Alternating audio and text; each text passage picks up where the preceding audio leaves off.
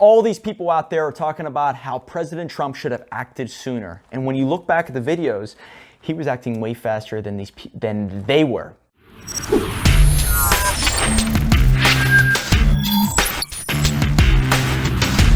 He acted January 31st about the shutting down the borders. All these people, including Bernie Sanders, Biden, Nancy Pelosi, all these leaders in New York City said he acted way too fast. They should get together. They should go to Chinatown. And I got something I want you to see, because Rockstars Dream, I want you to keep, and we want to educate you. We want to entertain you. We want to have that edge to us. So watch this video. I think you're going to be very, very interested to hear what these leaders are saying in the very beginning. The risk to New Yorkers for coronavirus is low. February 2nd. City preparedness is high. This should not stop you from going about your life, should not stop you from going to Chinatown and going out to eat. I'm going to do that today myself. Come to Chinatown. Here we are. We're, again, careful, safe, and come join us. There is no concern at this time for coronavirus in our region. The Department of Sanitation is ready for Mardi Gras 2020. The facts are reassuring. We want New Yorkers to go about their daily lives. There's really no need to panic and to avoid activities that we always do as New Yorkers. We are a hardy people. Americans do not need to panic. What I would suggest, however, is that Americans take this as a wake-up call for seasonal flu. There's very little threat here. This disease, even if you were to get it, basically acts like a common cold or flu. So we're telling New Yorkers, go about your lives, take the subway, go out, enjoy life, and certainly not to miss the parade. If you had to, would you close down the borders? No. We need to be honest about the American people, with the American people, about the fact that we can't keep people coming here from China. And transmission is not that easy. I think there's been a misperception that coronavirus hangs in the air waiting to catch you. No, it takes direct person-to-person contact. We also know that if it were likely to be transmitted casually, we would be seeing a lot more cases. Right, because this is New York and you're in elevators and trains with everybody all the time. Way to go, Gravian. Unbelievable. Does that blow you away? Because it scares me that all these people are being, let me change this up, being lied to like this, that they said that they wanted to do all this stuff in the very beginning. When you go back on tape, you see the real truth. So what do you guys think out there? I've seen a lot of stuff, especially in Pennsylvania where I'm at. The numbers are going down dramatically, but the restrictions are going up. I'm seeing people who in New York City, hopefully it's going to be going through and it's going to be done with sooner rather than later. Looks like that's going to be extended even past May 15th for the quarantine. Now, I know New York City and New Jersey is really getting hit hard, so our prayers and thoughts are definitely with those people. But what is going on with their leaders here? Why did they do all this? And now all of a sudden, they're saying to the president, why didn't he act sooner? Whenever he acted, approximately, we were looking at just this, by 25, 30 days in advance before they did anything.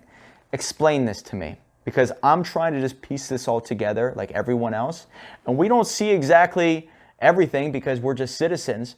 I'm a big motorcycle rider. I love doing action sports, doing a bunch of cool stuff, hiking. Wherever I go, I take my GoPro, and I use that for not only personal, but also business. So if you guys are out there, I don't look at any competitors. I think GoPro is the best way to go. So check it out. Best camera system, by yourself, solo. I beat the hell out of it and it's still rolling. So check it out, GoPro. I got the Hero 7. You can get the newest one. They're both badass. But there's enough logic here to say, if they were saying this, promoting it all over the place, aren't they partially responsible for the spread that they're blaming on not being prepared in the federal government? I'm blown away by this. So I'd love to hear your thoughts. This is why it's important to just kind of stay, I guess you could say, in tune with it, but not completely be focused on one channel. I don't watch the Fox News nearly as much. I don't watch any of the CNN, the NBC, the ABC. There's a spin to everything. I try to piece it together from watching the actual real events. No filter, no thoughts. I want to see real events and I may come to my own conclusion. Seeing stuff like this and it's being buried, by the way. Nobody talks about this. Nobody says anything about de Blasio or Nancy saying all this back then. It's all hidden. There's no questions to them. Nobody ever goes to de Blasio and say, why did you think this, or why did you do this then? They go right towards the president, which he said, I am the man that shut down the country sooner than any other leader on the planet. Yet they still are questioning him, what didn't he do in December and November before this stuff even exploded, when the first U.S. citizen did not get coronavirus till January 15th, with guess what? When he was being impeached. And I don't think the impeachment concluded until the mid-20s or whatever of January. But all this was happening, and still nobody was saying anything about doing anything about locking the place down. Scary. So I'd love to hear what you guys think. Are you out there? Are you awakened? There's a couple videos that I think are pretty important right now. There's a lot of people talking about 2 videos that are very, very special at this moment that are free. Number 1, it's called Out of Shadows. There's an Out of Shadows documentary. It talks about Hollywood and how some of the people are chosen to become successful, not necessarily because of they were the most talented, the most skilled. So if there's a video out there that I recommend right now that might be in alignment with this, it's not really that political, even though it does weigh one-sided. Kind of shows you what people were thinking behind the scenes.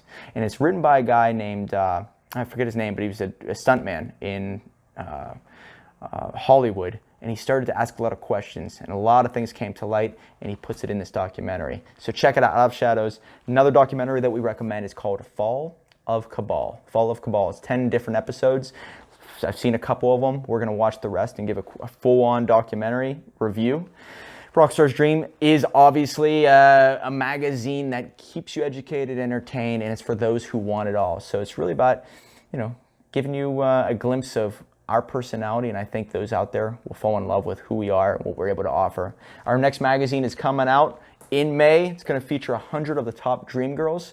There's going to be one in particular, Julia Lynn, who's a wrestler with the IWC. She has a great article in it. We have a couple people featuring stuff about business, about their take on being a professional motorcycle rider, who is a woman, by the way.